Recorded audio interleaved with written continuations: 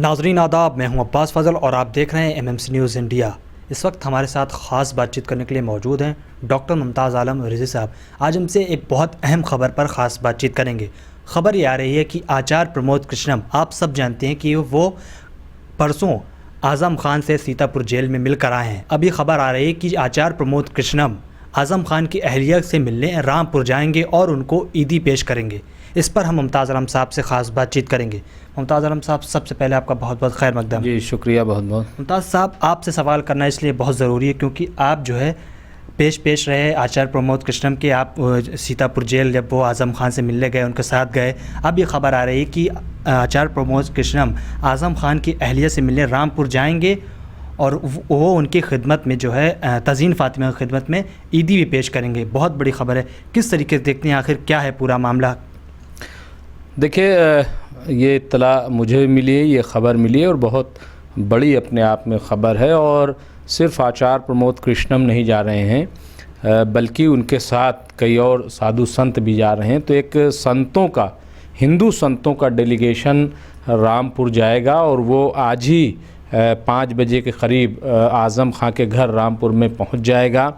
और उनके साथ जो डेलीगेशन है वो आज़म खां के बच्चों को, उनकी अहलिया तज़ीन फ़ातिमा और उनके बेटे अब्दुल्ला आदम और दूसरे जो उनके बेटा है वो और उनकी बहू, सबको ईदी उनकी खिदमत में पेश करेगा। और यही नहीं बल्कि इफ़्तार भी संतों के साथ जो है वो संत जो डेलीगेशन है वो आज़म खां के घर पर इफ़्तार भी करेगा। ऐसी ख़बर है, ऐसी ख़बर गर्म है और ये बहुत ही इम्पॉर्टेंट है।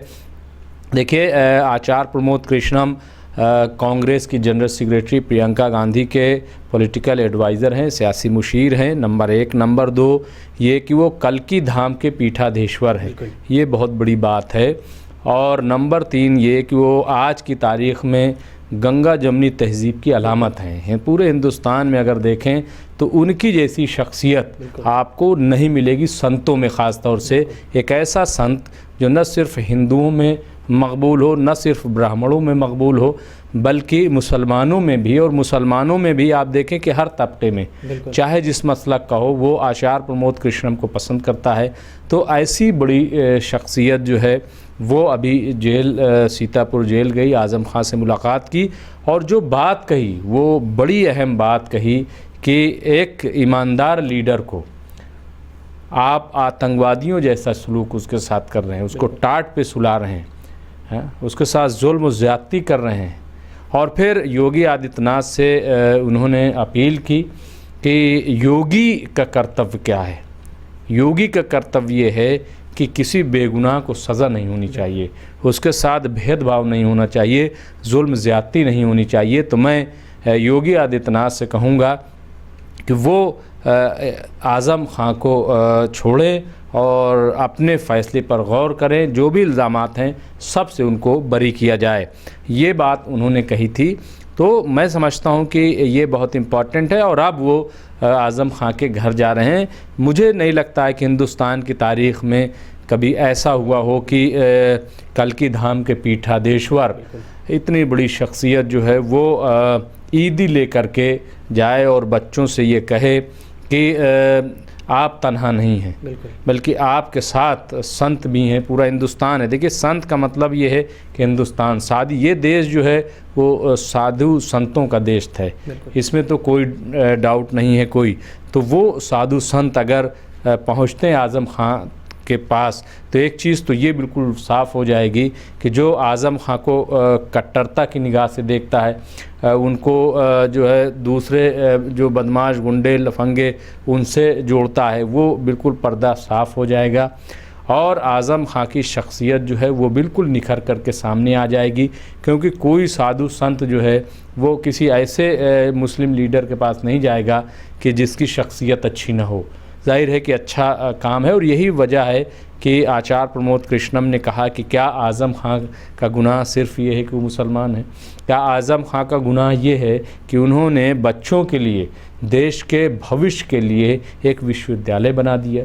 क्या ये उनका गुनाह है?